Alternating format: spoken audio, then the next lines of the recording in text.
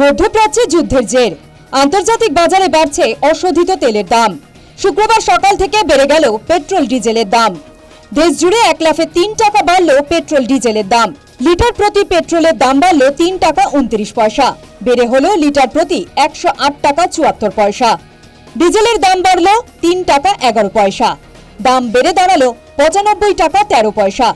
সিএনজির দাম বাড়ল কেজি প্রতি 2 টাকায়। বর্তমানে আন্তর্জাতিক বাজারে অপরিশোধিত তেলের দাম ব্যারেল প্রতি $102। শুক্রবার সকাল 6টা থেকে এই দাম কার্যকর হয়েছে। জ্বালানির দাম বাড়ায় সমস্যায় গ্রাহকরা। আগের থেকে পেট্রোল এবং ডিজেল কেনার পরিমাণ কমাচ্ছেন তারা। আমাদের তো রোজ কাজ করি, রোজ করি, রোজ কামাই, রোজ খাই, কিন্তু সমস্যা তো একটু হবে। কি করব, আমাদের কাকে বলবো?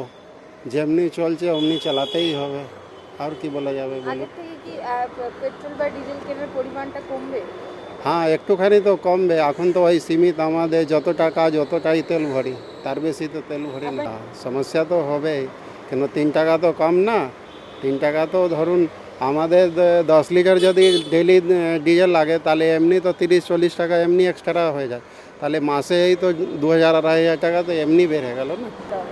সমস্যা তো হচ্ছেই, কিন্তু মোদিজি যেমন বললেন এখন ফুল ট্যাঙ্ক নেওয়া যাবে না এই মুহূর্তে, তো অ্যাডজাস্ট করতে হবে, কিছু করার নেই। চারিদিকে যা পরিস্থিতি রয়েছে, যুদ্ধের পরিস্থিতি, তো যতটা হয়। আপনি কি র্যাপিডো চালান? হ্যাঁ, সমস্যা তো পড়তেই হচ্ছে, কারণ যেভাবে তেলের দাম বাড়ছে ভাড়া তো নেই তেমন, কাজের অবস্থা খুবই খারাপ। তো দেখা যাক আগামী দিনে কি হয়। মানে আগামী সরকারের প্রতি কি ভরসা রয়েছে? কিছু একটা অবশ্যই তো রয়েছে, সেটা অবশ্যই রয়েছে। একই অবস্থা শিলিগুড়ি পেট্রোল পাম্পে। জ্বালানির মূল্য বৃদ্ধির ঘোষণা হতেই সাধারণ মানুষের মধ্যে শুরু হয়েছে উদ্বেগ। চিন্তার ভাঁজ মধ্যবিত্তের কপালে। জানি আচ্ছা, এই যে 3 টাকা করে হুট করে বেড়ে গেল, হুট করে বাড়েনি, এটা অনেক দিন আগে বাড়াচ্ছিল, কিন্তু পরে বাড়ানো হয়েছে। আচ্ছা, তাতে কি কোনো সমস্যা? না, মানে সরকারের এই সিদ্ধান্তকে সহমত আমি জানাচ্ছেন? একদম সহমত হচ্ছি। আর কি বলবেন, যারা রয়েছে অনেকে আতঙ্কে রয়েছে, তারা হয়তো বেশি বেশি করে পেট্রোল মজুত করে রাখার দরকার নাই, মোদি হে তো মুমকিন হ্যাঁ। অবশ্যই আমরা যারা রেগুলার গাড়ি চালাই তাদের তো এফেক্ট পড়বেই। এই মূল্যবৃদ্ধি আমাদের হাতে নেই, বাধ্য হয়ে তেলের দাম বাড়াতে হচ্ছে, বললেন রাজ্যের মন্ত্রী দিলীপ ঘোষ। যুদ্ধ চলছে বা যে কারণে দাম বাড়ছে, এটা আমাদের হাতে নেই। সেটা আমাদের ভবিষ্যতের কথা ভেবে প্রস্তুতি নিতে হবে, সেটা মাননীয় প্রধানমন্ত্রী ঘোষণা করেছিলেন আগেই। অনেক দিন পরে সরকার দাম বাড়াতে বাধ্য হয়েছে।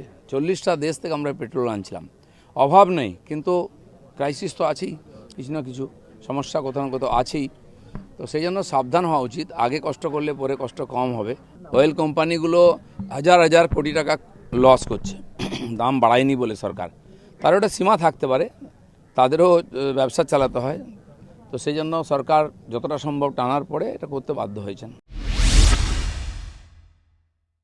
3 টাকা করে দাম বৃদ্ধির ফলে কিন্তু সাধারণ মানুষ তাদেরকে কিন্তু অনেকটাই সমস্যায় পড়তে হচ্ছে, এমনটাই কিন্তু জানাচ্ছেন গাড়ি চালকরা। ক্যামেরায় Jyotirmoy report, news time Bangla, Salt Lake.